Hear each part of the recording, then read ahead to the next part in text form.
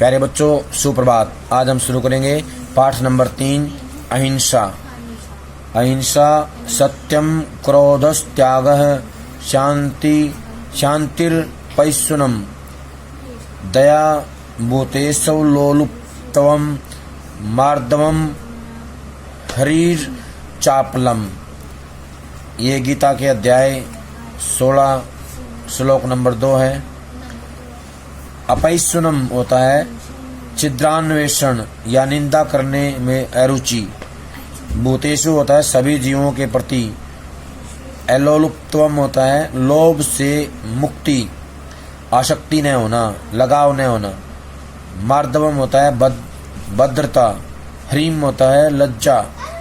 अचापलम होता है संकल्प। ये श्रीमद् भगवद गीता के 16वें अध्याय का श्लोक है, श्लोक नंबर 2। इस दूसरे श्लोक में श्री कृष्ण दैवी संपदा यानी कि दैविक जीवन मूल्य लेकर के उत्पन्न हुए पुरुष के लक्षण बता रहे हैं।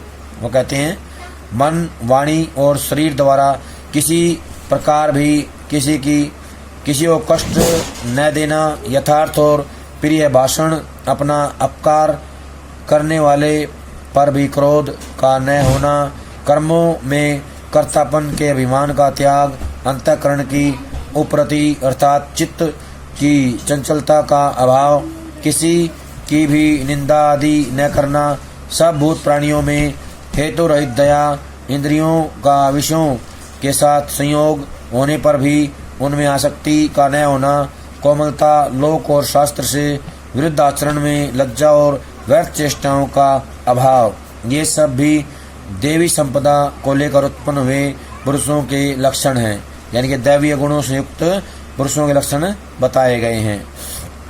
इस पाठ में भारतीय संस्कृति और अहिंसा के महत्व को दर्शाया गया है तथा किसी भी प्राणी को मन, वचन और कर्म से कष्ट न पहुंचाने का संदेश दिया गया है। इस संबंध में महात्मा बुद्ध तथा अंगुलीमाल नामक पिशाच की घटना का उल्लेख भी किया गया है, जिसमें हिंसक प्रवृत्ति का अंगुलीमाल हिंसा का मार्ग त्याग कर महात्मा बुद्ध के चरणों में गिरकर अहिंसा का मार्ग अपना लेता है। अब हम करेंगे पाठ का सार। प्यारे विद्यार्थियों, आप यह तो जानते ही होंगे कि हमारी भारतीय परंपरा में अहिंसा का सदैव अग्रणी स्थान रहा है, यानी कि अहिंसा अग्रणी रही है। सच तो यही है कि हमारी भारतीय संस्कृति ने ही समूचे विश्व को अहिंसा परमो धर्म का दिव्य उद्घोष दिया है। आज विश्व भर में कई मजहब, संप्रदाय, मतांतर, जाति, वर्ग को लेकर प्रायः द्वंद्व और संघर्ष की स्थिति सामने आती रहती है। ऐसे में हर एक मनुष्य को यह समझने की आवश्यकता है कि हमारा भारत ही ऐसा देश है जहाँ हिंसा को ही परम धर्म माना गया है और प्राणी मात्र में समता तथा सद्भावना हेतु समूचे विश्व में उसका आह्वान किया गया है।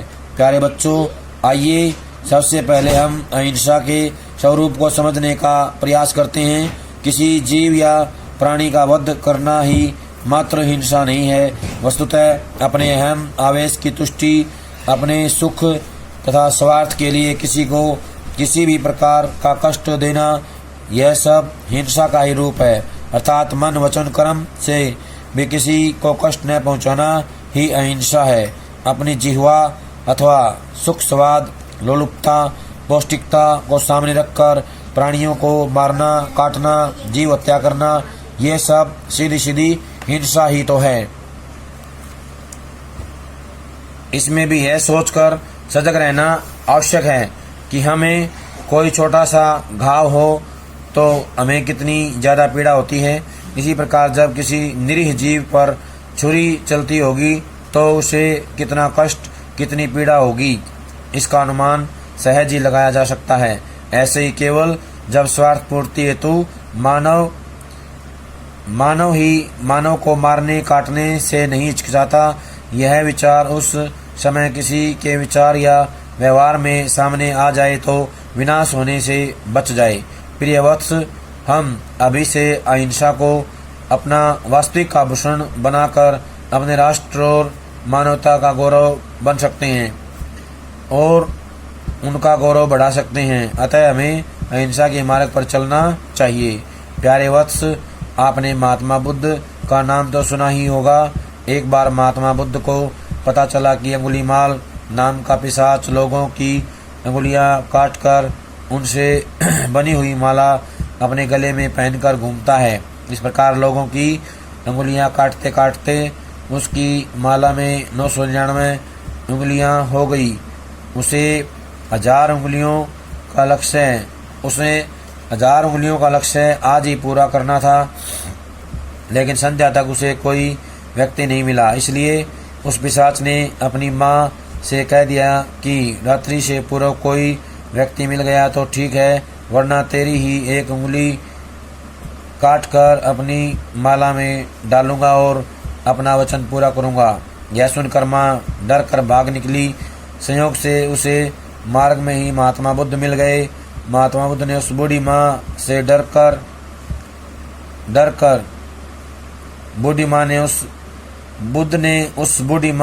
डरकर इस प्रकार बेतहाशा भागने का कारण पूछा। बुढ़िया के मुख से सब कुछ सुनकर बुद्ध निर्भीक भाव से अंगुलीमाल की ओर चल दिए। दूर से अंगुलीमाल ने जो ही बुद्ध को आते हुए देखा तो वह सोचने लगा, मेरा शिकार अपने आप आ गया। अब अंगुलीमाल बड़ी तेजी से महात्मा बुद्ध की ओर भागा। उसे अपनी ओर आते हुए देख महात्मा बुद्ध ने उसे वृक्ष से एक टहनी तोड़ने को कहा। अंगुलीमाल ने सोचा, इसकी अंगुली काटने से पहले इसकी बात मान लेता हूँ। अतः उसने टहनी तोड़कर बुद्ध को देनी चाहिए, लेकिन महात्मा बुद्ध ने उससे कहा, अंगुलीमाल इसे वहीं जोड़ दो। अंगुलीमाल क्रोधित होकर बोला, मुझे इतना मूर्ख समझ रखा है क्या? टूटी हुई टहनी फिर कैसे जोड़ी जा सकती है? अंगुलीमाल जैसे ही चिल्लाया, बुद्ध ने शांत भाव से कहा, जब जोड़ नहीं सकते तो तोड़ते क्यों हो? उनका वाक्य काम कर गया। सब हिंसा और उसके पीछे छिपा अहम आवेश गलित हो गया और अंगुलीमाल महात्मा बुद्ध के चरणों में गिर पड़ा। प्यारे बच्चों, हमेशा यह याद रखना कि हिंसा अहिंसा का यह स्थूल स्वरूप है। भारतीय परंपराओं में तो इसे अत्यंत व्यापक भाव से लिया गया है। किसी भी प्रकार से किसी को दुख पहुंचाना या दुखी करना, कष्ट पहुंचाना, यहाँ तक कि कठोर वचन बोलना, किसी की भावनाओं को आहत करना, ये सब भी हिंसा के अंतर्गत आते हैं। कई बार जिह्वा पर लगा घाव तो भर जाता है, लेकिन जिह्वा के कठोर शब्दों द्वारा किसी को दिया गया घाव शीघ्र नहीं भरता। इसलिए मन, वचन, कर्म सभी प्रकार से अहिंसा रूपी इस दिव्य लक्षण को स्वीकार करें और जीवन भर इसका त्याग न करें। कहने का आशय है कि हमें हिंसा से दूर रहना चाहिए, कभी भी किसी भी प्रकार से हिंसा नहीं करनी चाहिए। प्यारे बच्चों, ये था हमारा अध्याय नंबर 3। सभी इसको अच्छे समझेंगे, पढ़ेंगे और इसके अभ्यास के प्रश्न उत्तर कॉपी में लिख करके याद करेंगे। प्यारे बच्चों, जब तक अगली वीडियो नहीं आती है तब तक ये सारा काम पूरा कर लें। धन्यवाद।